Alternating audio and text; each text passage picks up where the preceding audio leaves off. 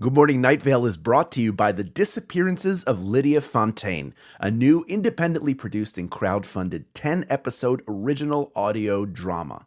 Set in a deceptively familiar world of electronic surveillance and machine-mediated communication, The Disappearances of Lydia Fontaine follows Lydia Ryan and her friends, lovelorn Ethan and wannabe internet sensation Dee, as they struggle to unravel the mystery of her mother's disappearance. Escape the sinister Fontaine family, and survive the feud over her grandfather's supernatural legacy. It weaves bitter family drama and high-stakes intrigue with fantasy and cyberpunk elements to create a surreal mystery about secrets and grudges, old books, big data, and the promise of infinite knowledge. And do not forget the talking birds. It's a full-cast production with original music and a bespoke soundscape presented through a series of found-footage-style surveillance recordings. And it's important to note, this show was made entirely without generative AI. Even the computers are voiced by human actors.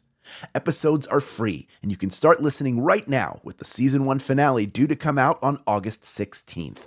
For more information, go to lydiadisappears.com. and find The Disappearances of Lydia Fontaine wherever you get your podcasts and start listening from the beginning. Insurance isn't one size fits all, and shopping for it shouldn't feel like squeezing into something that just doesn't fit. That's why drivers have enjoyed Progressive's Name Your Price tool for years. With the Name Your Price tool, you tell them what you want to pay, and they show you options that fit your budget. Enough hunting for discounts, trying to calculate rates, and tinkering with coverages. Maybe you're picking out your very first policy, or maybe you're just looking for something that works better for you and your family. Either way, they make it simple to see your options. No guesswork, no surprises. Ready to see how easy and fun shopping for car insurance can be? Visit Progressive.com and give the Name Your Price tool a try. Take the stress out of shopping and find coverage that fits your life, on your terms. Progressive Casualty Insurance Company and Affiliates. Price and coverage match limited by state law.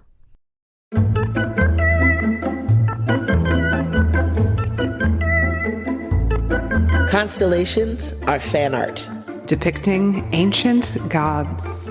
Good morning, Night Vale.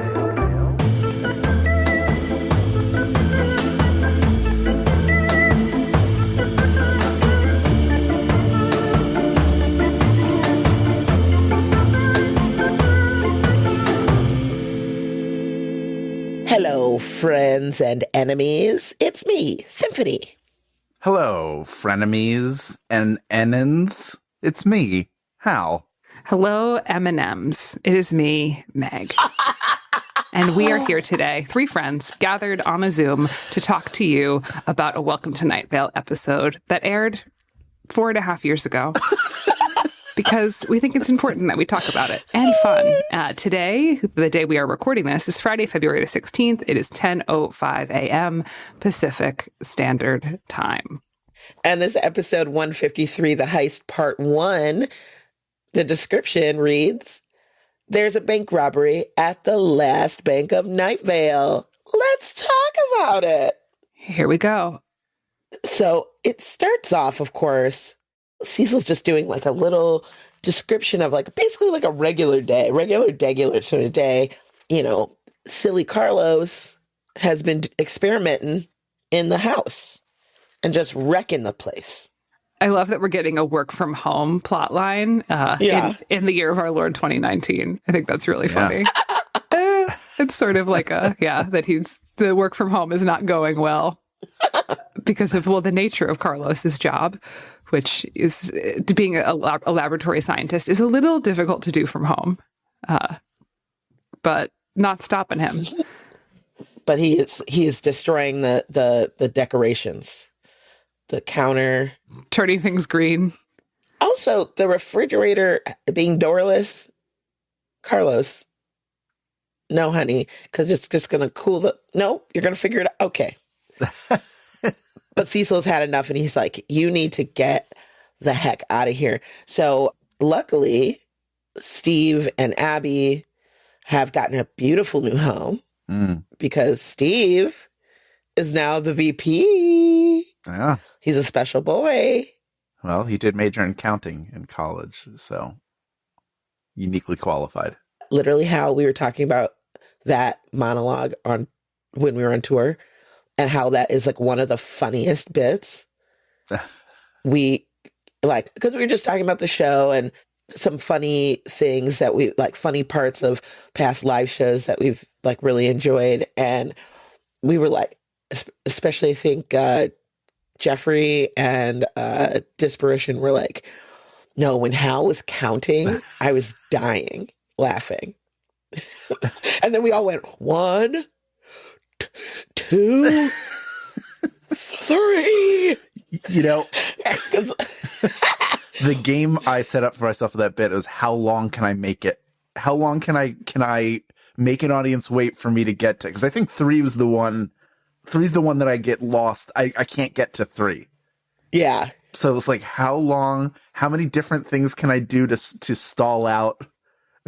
So it's fun. I'm glad that it's remembered fondly because that was really fun. That was a really fun bit. And even when Cecil would try, you'd be like, no, don't help me. I've got it. I've got this. Yeah, I majored in counting. Please don't embarrass me in front of everybody. Yeah. So it just popped into my mind. I was like, oh yeah, we were literally just talking about this on the road. So we think about you and we talk about you. So I think about all you too. If I had not, no big deal. If I had paid more attention to my calendar, I would have been doing shows. I probably would have been at the Seattle show discussed in the last episode. And I certainly would have been at the LA show, but I was in Seattle a week before, just making sure that it was, everything was clear for everyone. And it was. Yeah. And oddly, I am worse at counting than Steve is, apparently. Counting days in a calendar. I have a headcanon, by the way, that I just formed from after listening to this episode. Oh, yeah? Which is, I don't have the evidence to support it just yet. I have 2 things. I have one other thing that I think supports it. And that is that Steve Carlsberg is secretly the Batman of Night Vale. Number 1, he raises bats. Only Bruce Wayne does that. That's number 1. Number 2, he picked up Kevin and threw him through a door. That's a very Batman thing to do. More evidence as it comes. I bet if our eagle-eared listeners who heard me say this and go, oh, it makes total sense, will now be able to construct a full timeline of events that support that theory. So have at it, everybody. Nobody? Nope. Just me? Great. Steve Carlsberg equals Batman. Batman. That's right. He'd be like, I'm Batman. I'm Batman. Hey, I'm Batman. Hey, everybody, it's me, Batman. Bet you can't guess who I am. See you at the bank. Wink, wink. He would not be a good Batman, but he might be Batman. That might be what makes him the best Batman. Yeah. Well, babes, the bank, she's under robbery. But they all, and 3 people entered with president masks on of presidents that were there, like real presidents. Girl, Emma Goldman. Emma Goldman. You don't remember President Goldman? Maybe it was before my time or after my time. Could be the future. See? We don't know. Yeah. Yeah, there's the little subversion of the trope because they wear Nixon masks, but then they also wear William Henry Harrison masks and Emma Goldman. So, yeah, they enter with those masks on and they're robbering those people. The nice man, the one who Cecil is always like, he's so nice to me. He's very encouraging. He's nice all the way through. That happens at the end, too. Yeah. But also that bitch, Susan Willman. She's not my friend. Yeah. Bank president. None of our friends. She can go to hell. Oh. So that doesn't really mean anything. But go eat a butt. She can, oh. Your buns, Susan Willman. You hear that? Your buns. Oh. Tell him, Hal. Yeah. Straight cheeks. Fuck out of here. I'm dying. This episode, we learn about the existence of not just the sheriff's secret police, which we knew about, but the sheriff's overt police. Yeah. I think that's just like the regular police, right? It's got to be. Uh-huh. But they've never been talked about before. No. Which is funny that we knew about the secret ones, but not about the overt ones. Yeah. Yeah. The negotiation bit with the cops is hysterical. What if we give them a puppy? Yeah. Just the coupons, giving them coupons. Yeah, the coupons because they don't want to do any more paperwork. So it's like, well, we get them coupons for like free crime or a back massage, but Sheriff Sam shut that down. What do you think about? Have you ever gotten one of those coupon books? Like I feel like it's what things for we just had Valentine's Day here in our time. Yeah, in our world. Yeah, yes. Yeah. So have you ever gotten a coupon book for any holiday or given a coupon book? I've received one. Okay. To your wife? Yeah. She gave me one, and I never used it. You never cashed it out? I think I don't even know if we were engaged. I think we were just dating at the time. Oh. And I've definitely expired now. Oh, yeah, they're gone. There's no... I can't... If I dug them up, they would be no good. They wouldn't be valid anymore. She'd be like, yeah, right. I don't know if anybody's successfully cashed one of those before. Yeah, does anybody even use those? That's a scam. Maybe that's a scam that we never talk about, is those coupon books for a back massage or to... Also, why should I need to give you a coupon to do chores? Yeah. Do you live here? Yeah. Are you a person who lives in this home? Do a chore, babe. Do the dishes, if that's your duty. I think Jennifer knows if she gave me a coupon book and it had "I'll do the dishes" in it, that would never get cashed because I like doing the dishes. Okay. Because I have a whole system in my head that lets me, like, all right, I know what I'm doing. I know if I put them in this way, I can put, like... I feel that. Just, I'll do it. Don't worry about it. I'll do it. It's fine. Do you guys have specific tasks? Obviously, how you do the dishes. But, like, do you have specific tasks in your home that you are like, this is mine? Because for me, I hate doing the dishes. That's, like, my least favorite. I love vacuuming. Mm-hmm. Me too. That's my favorite one. So we've come to the conclusion nobody uses the coupon books, and it's silly to give them. It's a scam. It's reverse psychology. But I think these robbers, they would take advantage of it was like free crime. Yeah. I would take advantage, even if I'm not a criminal, but if somebody gave me a thing for free crime, like the police, I'd be like, sweet. What would you do? I'm going to go crime it up. Well, you never know when you might need it. Yeah.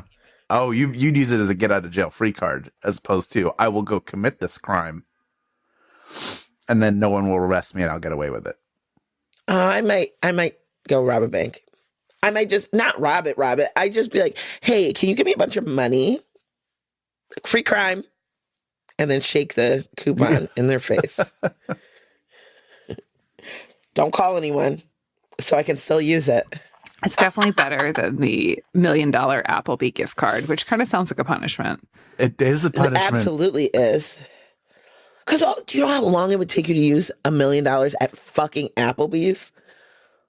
It's the rest of your life. I don't think even if you, like, bought out the restaurant, like, you walked into an Applebee's and you're like, everybody's food in here is on me.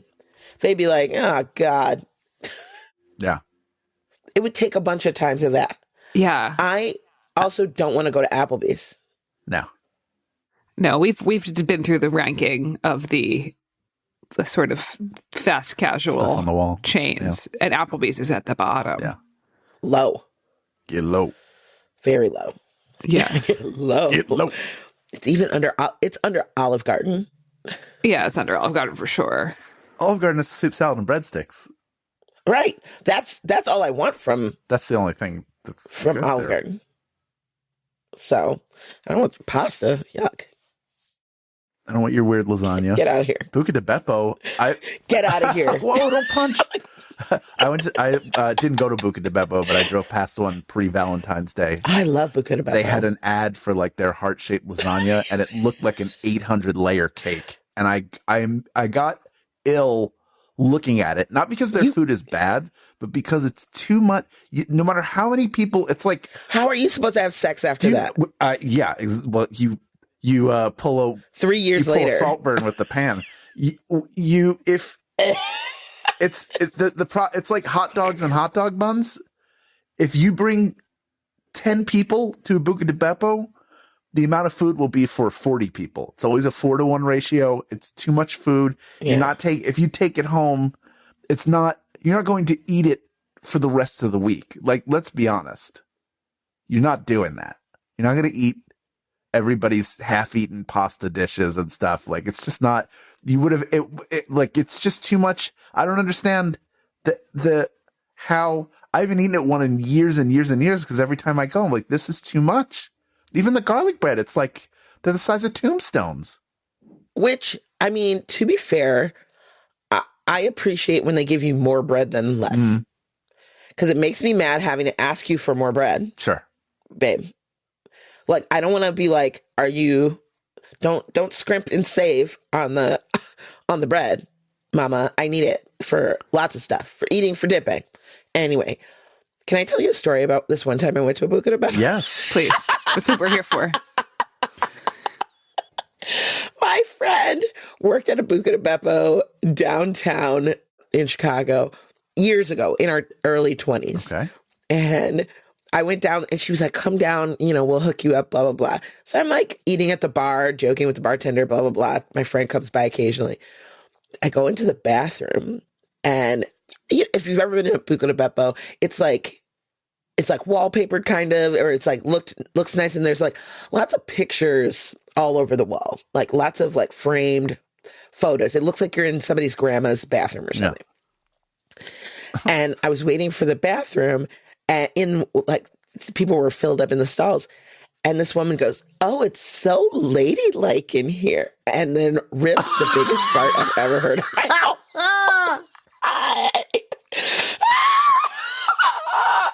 The way I had to bite my friggin' lip so I wasn't like,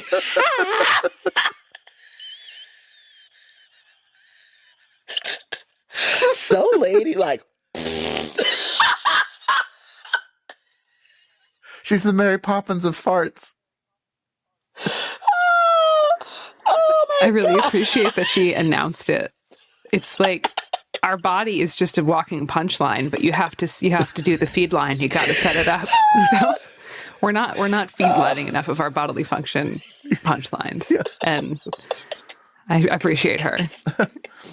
Oh, what a fancy wedding!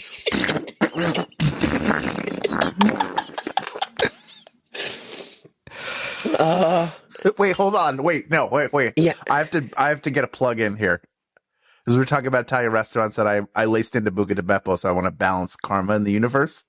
Okay. The best Italian restaurant I've ever been to in my life, like American Italian restaurant, is in Thousand Oaks, California. It is called Made in Italy Bistro. There is a sauce they have there that exists there, and I think maybe Palermo, wherever the guy came from. It's like the only two places that make this sauce, and they make their own focaccia and these giant like pizza. Like it is the best. It's the best I've ever had, and I need to go there again. I thought you were gonna go like totally comedy and be like Fazoli's. Quiznos. Yeah, that's my favorite. That's my favorite Italian place. It's called a Cold Stone Creamery. It's really good. Yeah, Made in Italy Bistro. Look it up. So yes, the bank is being robbed. Steve is missing, and we don't know what's happening. And Cecil's kind of nervous that something might have happened to Steve. Yeah, which I appreciate. The whole episode set up was sort of like a little bit of a Steve love fest at the beginning, where it's like Steve got this good job, and he has a workshop that Carlos can work in, and he got Janice a car, and like it's just like Steve's really stepping up. He's the stepdad, but he's the dad who stepped in, and so Cecil is like really, I feel like very grateful for Steve at this moment. And then we go to Steve's work, and there's turmoil, there is disaster, there is tension, there is Steve Carlsberg is missing. There's a fire. There's a fire. Yeah. I am afraid, though. Can I reveal to you that I'm a little afraid that Steve has something to do with this? I'm not going to spoil it. It's a 3-parter. So for the next damn 3 episodes, we're going to be all in. I love that we're back in the 3-parter. I think that Jeffrey likes to write a multi-part episode, and so we're back in the 3-parter here. There's just so much to say. Batman accepts the blame for things that he didn't do because that's what Gotham needs from him. He's whatever Gotham needs him to be. Maybe even if he were, maybe he's not really, maybe it would get blamed on him and he would accept that blame because he's Batman. Maybe. Why? What a lovely headcanon. I would like to see a Steve Carlsberg bat signal, though. Like, I'm just imagining it's just like in the shape of Steve Carlsberg. It's just a thumbs up. Just a thumbs up, yeah. It's a bunch of dotted lines. Hey there! And circles. Oh, gotta go. Gotta go. Also, there's sports in this episode. That's how you know it's a Jeffrey episode. The Scorpions are playing the Wood Dogs, but they've got to be careful because, they don't want to hear the compliments and then turn into trees themselves. That's how they lost players last year, which I think is a bit underhanded and should be against the rules. Don't you think? That doesn't seem right, that you can just convert the team you're playing. I do agree. Into you? Yeah. That ain't right. Somehow I feel like that would be like offsides. Roughing the passer. Yeah, something like that. Because then if they become your team, if they're like a tree, then you have like too many players on the field now. Yes. Yes, they would get penalized for having too many players on the field. Symphony Sanders, sports, genius. And then if they're on offense, it would be ineligible receiver downfield. Right? I think that's a 5-yard penalty. Repeat first down. 5 year? 5 yards. Oh. It's a 5-year penalty. You have to go to jail for 5 years. Offsides. Like, oh my God. Hard labor. 2 months. So many. Replay first down. That's so many. But yeah, so that sports business is happening, but Cecil had to get back to the whole thing about the hostages and all that stuff. So post-weather, we bust in and the police get in there and the hostages are blocking. They're between them and the people who also are named Emma and friggin' Nixon, right? That's their actual names too. Yeah, and William Henry Harrison. Yeah. Which is weird. Weird and strange, but okay. And they bust in there, but they're like, where's Steve? A fire starts, but like, where's Steve? And then he comes out, he broke his foot. Yeah. It's hurt. So he takes the medical stuff and he goes in the ambulance. Yeah. I'm sus. But this is sus. More questions than answers. Yes, more questions than answers. Was this an inside job? Because all the money's gone. Oh, yeah, that's right. Everything else. Vault is empty. Yeah. I don't know. Questioning. We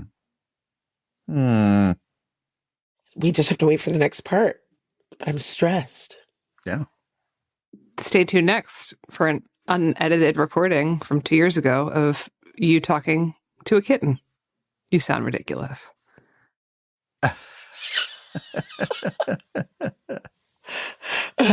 It's true. Up next, we hear from fans and friends of the show, but first, a conversation about this episode's weather. My Friend by Dominique Chantel Worthing with Barrett Ward. Let's talk about that. It's good. It's real good. My friend. My friend. My friend. My friend. My friend. Yeah, I like the song. It was like, I don't know. I didn't have as strong of a reaction as I did in the last episode with the metal song, but I thought it was a lovely song. And what a fancy name. When anybody uses all three of their names, their government name, I kind of like that. Yeah. Dominique Chantel Worthing. I liked the structure of the writing of the song. But my brain was connecting to the words and the storytelling of it. I found that to be interesting. I did not dig up too much about Dominique Chantel Worthing on the internet. You don't want to be found. I'm not going to find you unless, of course, I'm trying to find you. And then I will look up the Zillow listing for your house. But you can listen to this song on the internet. and maybe some other songs by Dominique.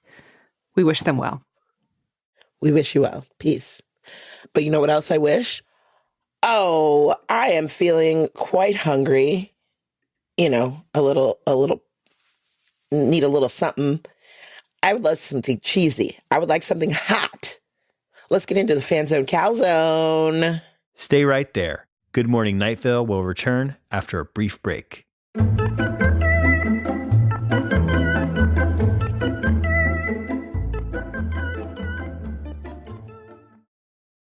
Lately, I've been all over the place. Between touring, dog sitting, and traveling, my routine has become non-existent. Now that my travel schedule has slowed down, I need to get back to eating real food and not just grabbing what I can when I can. And Factor is making that easier for me. Factor meals are ready in 2 minutes and require little to no prep and no cleanup. So even on the days when my schedule is completely out of whack, eating well is still achievable. Like today, I had 3 meetings and a client. By the time I was done, I was hungry and I just needed to eat. So I grabbed the Beurre Blanc filet mignon with Parmesan risotto and it was delicious. I was amazed at how tender it was and how flavorful the risotto was and saved me from having to pick something up quick. And in 2 minutes, I had something healthy, fresh, and delicious. So if you like fast, easy, and delicious meals, I think you would like Factor meals too. Let's eat real. Head to factormeals.com/GMNV50OFF and use code GMNV50OFF to get 50% off and 1 free breakfast item per box for 1 year, while supplies last until 10/31/2026. That's code GMNV50OFF at factormeals.com. GMNV50OFF at factormeals.com. See website for more details. First up in the FanZone, we have Juno. Juno writes, "Hello, my wonderful tri-host with the most. I hope you are all doing well in whatever the world is looking like in your current point in time." This is a kind of long one, and I'm sorry for that. And before you say it, I'm sorry for apologizing. Feel free to trim as you see fit. I just wanted to write in about episode 153, The Heist Part 1, because I'm emotionally attached to it. You see, I discovered Welcome to Night Vale in 2013 when I saw a group of hooded figures walking around Comic-Con. They were holding up dog park signs and yelling, "All hail," towards a particularly large cloud that was blocking the sun. I asked them what it was about, and lo and behold, my 15-year-old self was quickly hooked on the podcast. The weird and quirky world of Night Vale immediately pulled me in, and I loved it for reasons I didn't fully understand at the time.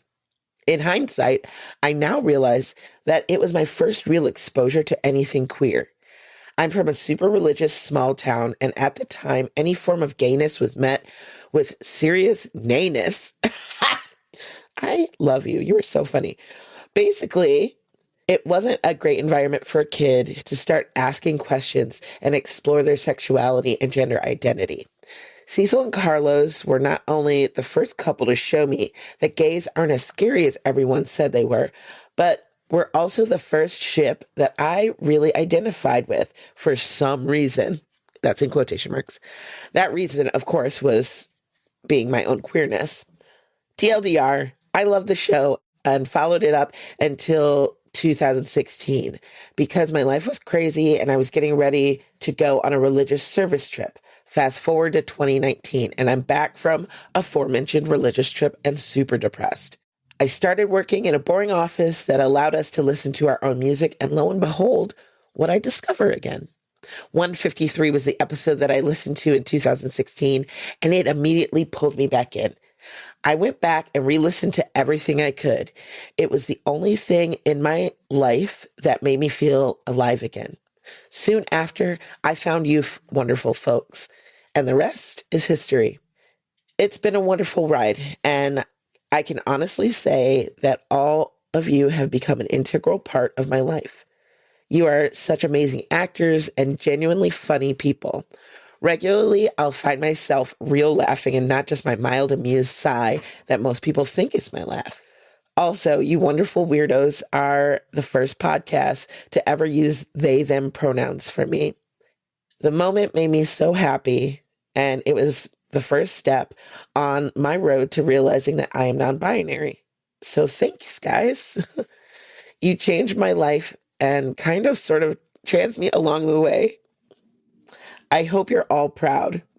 With love in the most healthy of parasocial ways, Juno, formerly known as NJ. Wow, Juno! Juno! You are so sweet. I love you so much. That is a wonderful story. Thank you so much for sharing all of that with us. And thank you for being you and finding that person. We're so happy that you're here. And we can't wait for more years of fun and silliness as parasocial friends. I have a dispatch from River who writes, "Hi, Meg, Symphony, and Hal. I recently realized that not a lot of information is given in Night Vale about Cecil's sister. When she is featured on the show, more focus is given to her relationship with Cecil than her relationship with her husband. I was wondering how Steve and Abby met and how old we think Janice was when Steve met her. In some episodes, it sounds like Steve has been around since she was a baby, and in other episodes, it sounds like she was maybe elementary school aged. Janice's relationship with Steve is very important to me because I had a lot of health issues as a child, like Janice, that have worsened as I got older, unlike Janice, who seems to be thriving. And my dad, a doctor and also my best friend, has always had to spend a lot of time taking care of me, so I'm a lot closer with him than I am with my mom and sister.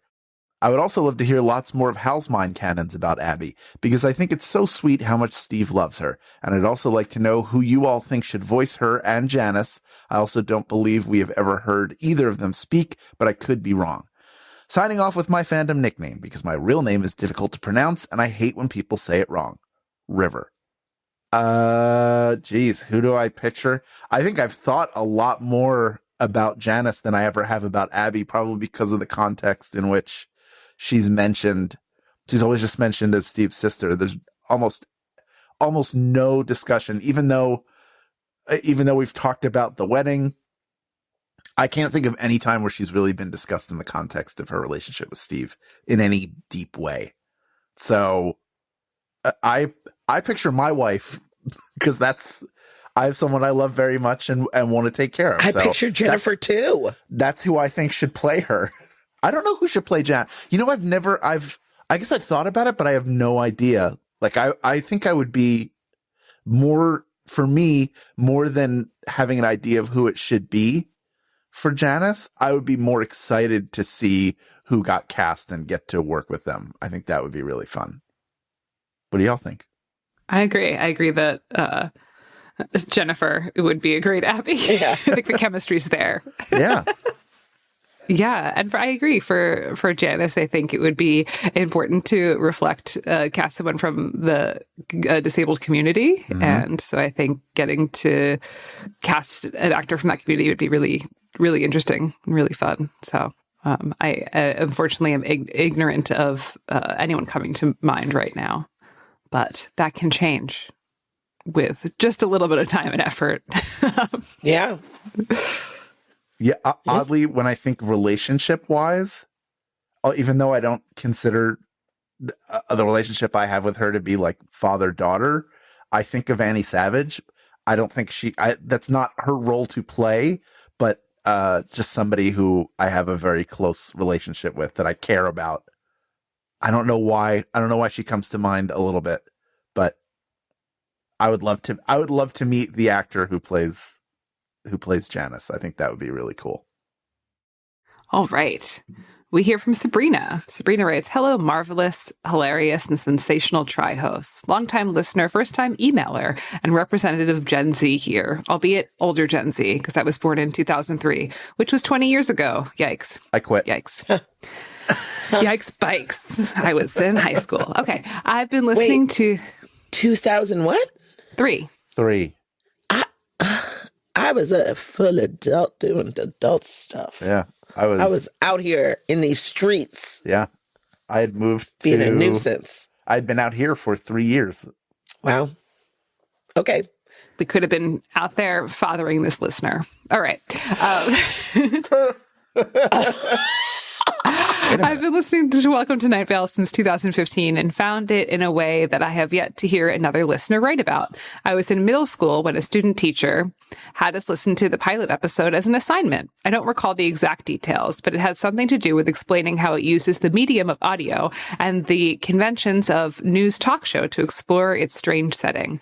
And let me tell you, I was hooked from the start. I remember giggling with my friends about how dogs aren't allowed in the dog park and being completely thrown for a loop when the weather turned out to be a musical break. It was also the first occurrence of canon queer representation I experienced in a piece of media. And it's a shame that there are plenty of elementary schools that would not allow, and I fell in love with him instantly, to be heard by students. Since then, I've listened to over 40 indie fiction podcasts that came out as a result of the post-Welcome to Night Vale boom, and podcasts remain one of my favorite storytelling mediums. I was so lucky that such a radically queer medium found me at a time where I was coming to recognize my own queerness. Furthermore, I went to the Haunting of Night Vale live show in Toronto and still cry thinking about how I was surrounded by fellow queer and trans folks who fell in love with the same weird town and the same scientist with perfect hair that I did in middle school. On the off chance a former student teacher who taught at Southern Ontario Elementary School circa 2015 is listening, thank you. Many people talk about how the poor queer representation, which is oftentimes the only queer representation in media, negatively affected them as kids. But that didn't happen to me because I had Night Vale. And it was all thanks to you. And if you're not listening, I hope that you're doing really well regardless. And if you're a teacher, but you are not my student teacher, I appreciate you too, and I hope you know that. Much love and weirdness, Sabrina.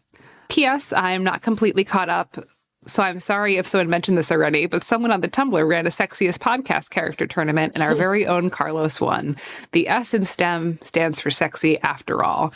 And as Cecil is the ultimate Tumblr sexy man, Cecil and Carlos reign in their sexiness together. They are truly the people's princesses. Thank you, Sabrina. Thank you for writing in, and thank you for telling us the story about how you found Night Vale. It's such a good, cool way, an interesting way. And yeah, I really do appreciate that some student teacher brought this into your life and it was meaningful for you. Yeah, bringing that up in a time when there's just increasing censorship in schools towards any sort of queer media. It's just, this email sort of is a testament to why the opposite of that should exist, right? Because absolutely, the podcast didn't make you queer as much as we would have loved to. You were already queer when you got to the podcast, but the podcast made you feel like you weren't alone and that there was a whole world for you, and that is what we're trying to do here, right? Like the gay agenda. It's the gay agenda, right? Thank you so much for listening. Thank you to the teachers who brought that to you. Thank you to teachers who don't suck everywhere, and teachers that do suck, I don't know. Go eat butt with Susan Woolman. Anyway, thank you so much for listening to us. Next episode we're going to talk about in 2 weeks is the Heist Part 2. But until then, good morning, Night Vale. Good morning.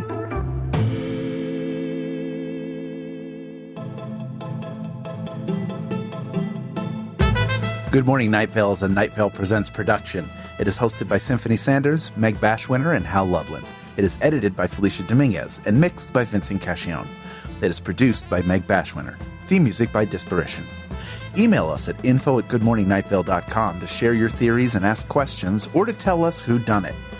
This show is powered by our patrons, like Steph Potter, Stormy Dennison, Teresa Jacobs, Thora Cottrell, and Tom Strazer. If you're interested in supporting the show in exchange for lots of fun, exclusive, insider, hyper-cool kid content, check us out at patreon.com/goodmorningnightVale. For more info on this show, go to goodmorningnightVale.com and follow us on Facebook and on Twitter at Night Vale Chat. Special thanks to Joella Knapp, Jeffrey Craner, and Joseph Fink. Calzone ingredient of the week is, I don't know, something from Applebee's?